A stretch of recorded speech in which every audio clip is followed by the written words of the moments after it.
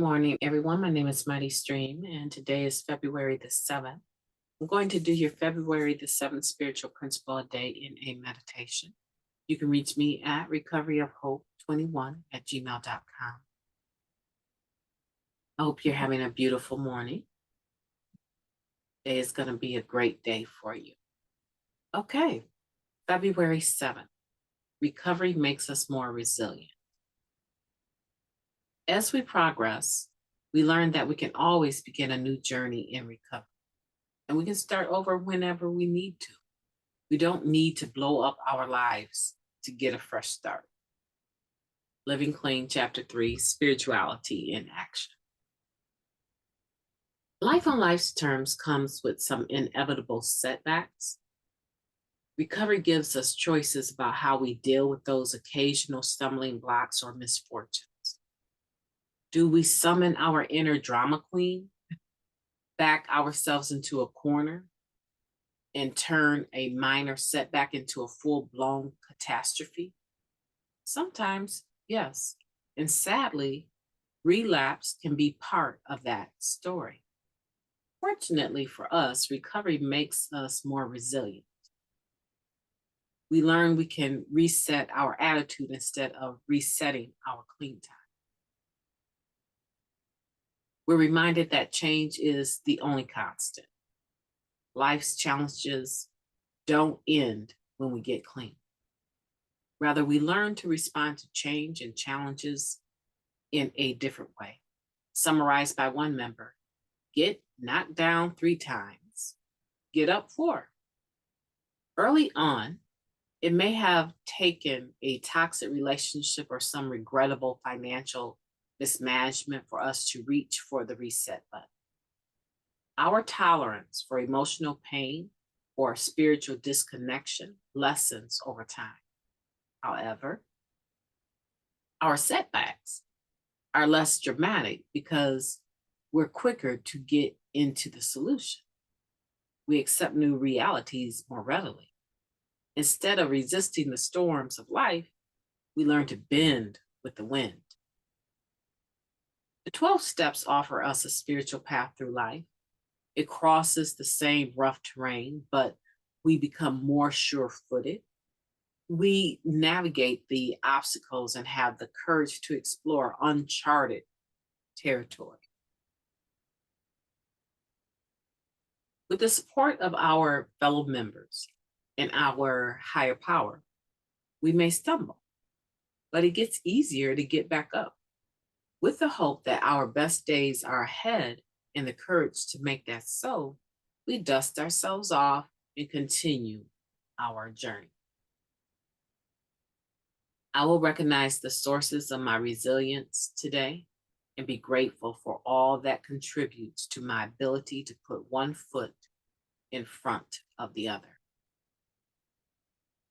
Let's take a moment of silence followed by the we version of the Serenity Prayer. Moment of silence now, please.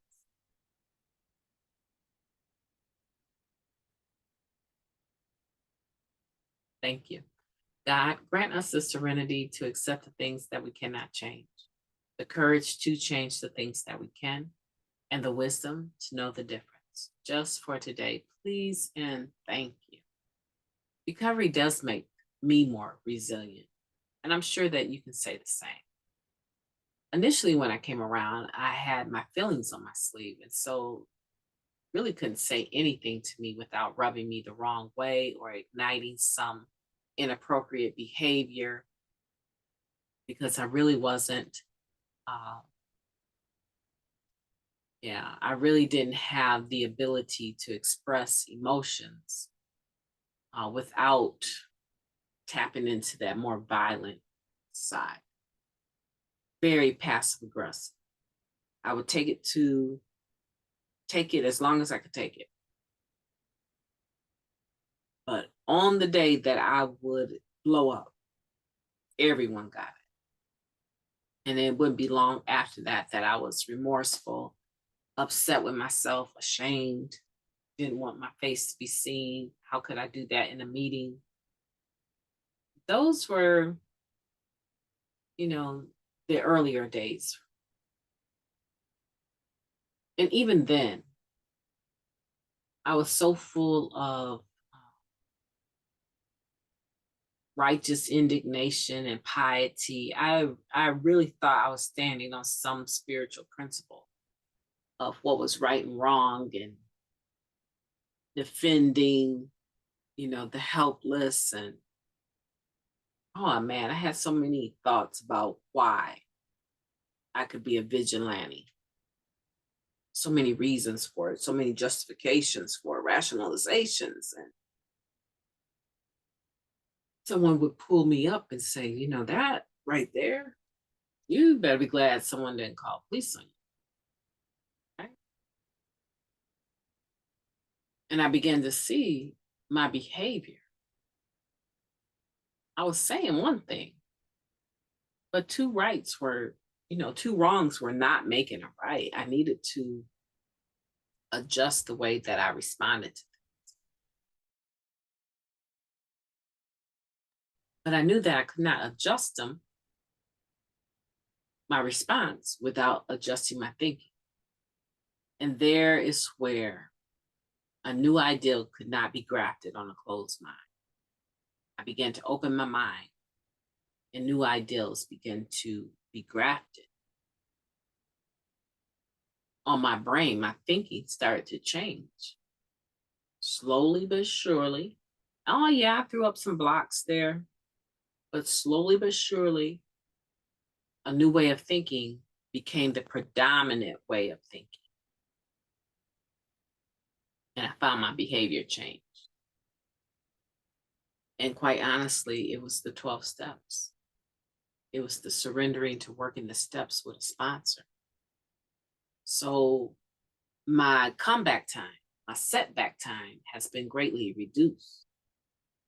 My setback was never let me go do drugs, but for some people it is. For some people, their setbacks absolutely have included relapse. My relapse was in behavior. My relapse was in isolation and alienation because of the shame of my behavior. I would pull back from meetings, yeah. Disappear after causing a storm in a meeting. And then finally, when I had gotten set straight or gotten over my own embarrassment, go back. It's really not any different than the individual. It is different, right? Because when you pick up the drug, there's always that potential overdose or being caught in the lifestyle. Part of the lifestyle is running your car into a tree or running a red light because you're high and not paying attention. I mean, there's lots of things that picking up the drug makes it a lot more dangerous than picking up some of the behaviors, right? But we're not gonna, measure them one against the other because it can be very dangerous. Getting in people's face at meetings and yelling at them, turning over tables, and it can be very, very dangerous. Sleeping with people that aren't your mate or is, someone else's mate. And so we all have these experiences of setbacks, of relapses, if you will, whether it be in behavior or with drug. And those setbacks, hopefully, for all of us, the setbacks, our setbacks are becoming less, but the time period between the setback and the comeback is also becoming less. That's what we want. We want progress. So when you take a hit and realize that you need resiliency, you need a firm mind that says, no matter what it looks like, no matter how bad it gets, I'm going to still stay present for my recovery. That's resilient, right? And with that, that's a lot to embrace and to be proud of and to be grateful for, to smile about. There's people that I've encountered, man, just the way that they share about what they've passed through just pulls at my heartstrings. I mean, I think I can count about 4 different people that I personally know. I mean, I personally know them. I don't hang out with them every day, but right now I can count 4 people in recovery that the main thing that they're dealing with right now is grieving the loss of their parents, their mother in particular. And it's amazing to me to know all of these people. And I guess like a couple of them probably know one another, but to know all of these people and the vibe, the issue, the setback, right? The topic, the distress be the same exact thing, but they're doing it. They're doing it. And in the case where a couple of them know one another, one person lost their mother, I don't even know how long ago. And they got decades clean. And they're still dealing with this. They say every day they deal with this, grieving their mom. And they're able to reach to the newcomer that hasn't reached a year yet and help them deal with their pain. And just watching this bond of the therapeutic value of one addict helping another being without parallel is amazing to me. It's a wonder to watch. It just fills my own heart up with gratitude. It fills me up with um, goodwill and a desire to want to do more service and to be more authentic about my sharing so that whoever is out there that is struggling, that they understand you're unique, right? You're definitely unique in a lot of ways, but in a lot of ways, when it comes to this recovery piece, man, it's like having someone else read your email. We have so many similarities. We have far more similarities than differences when it comes to our recovery. So I hope that you are encouraged today. Be grateful for all the things that you have passed through. Because those things that you have passed through, they didn't kill you. They made you stronger. And if you're listening, willing to bet they didn't kill you. My name is Mighty Stream. I've enjoyed talking to you. You've been in the flow today, so get out there and do something mighty and wonderful and make February 7th magnificent. Magnificent.